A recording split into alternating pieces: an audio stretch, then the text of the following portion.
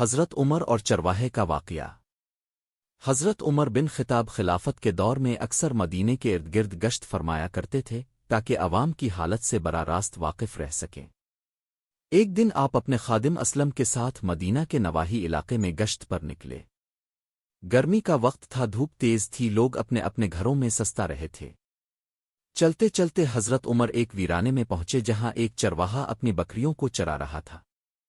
حضرت عمر نے اس سے بات چیت کرنے کا ارادہ کیا کیونکہ وہ اکثر عام لوگوں کے ساتھ بات چیت کر کے ان کے دلوں کا حال جاننے کی کوشش کیا کرتے تھے۔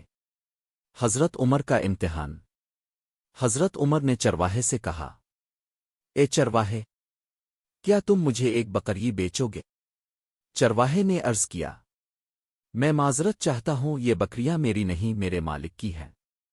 حضرت عمر نے اسے آزمانے کے لیے کہا، تم ایسا کرو کہ ایک بکری مجھے دے دو اور اپنے مالک سے کہہ دینا کہ وہ بکری کھو گئی یا کسی درندے نے کھا لی۔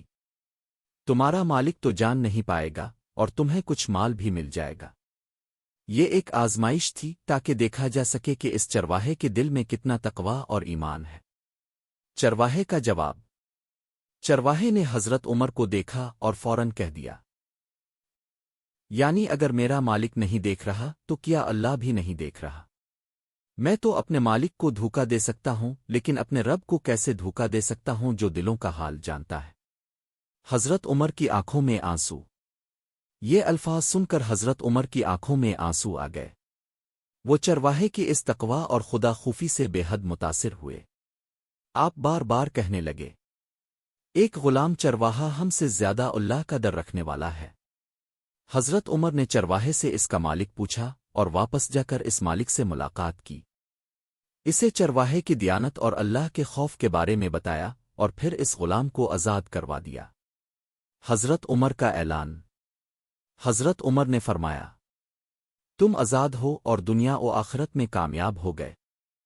تم نے جو بات کہی وہ ایمان کی اعلیٰ ترین نشانی ہے۔ اخلاقی سبق۔ اللہ ہر جگہ موجود ہے۔ اگر کوئی انسان یہ سمجھے کہ اللہ اسے دیکھ رہا ہے تو وہ کبھی گناہ نہیں کرے گا، چاہے کوئی دیکھے یا نہ دیکھے۔ تقوی راوتبے کا محتاج نہیں۔ ایک چرواہا جو ظاہری طور پر معمولی غلام تھا، اس کا دل اللہ کے نور سے روشن تھا، جبکہ وہ خلیفہ وقت کے دل پر بھی اثر کر گیا۔ دیانت اور ایمانداری انسان کا اصل زیور ہے۔ جھوٹ بولنا، دھوکہ دینا وقتی فائدہ دے سکتے ہیں، لیکن سچائی اور خدا کا خوف ہمیشہ عزت کا باعث بنتے ہیں۔ عمر جیسے حکمران کا کردار۔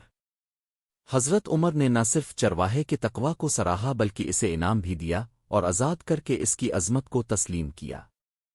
اس طرح کی مزید ویڈیوز کے لیے ہمیں لائک کریں اور ہمارے چینل کو فالو کریں۔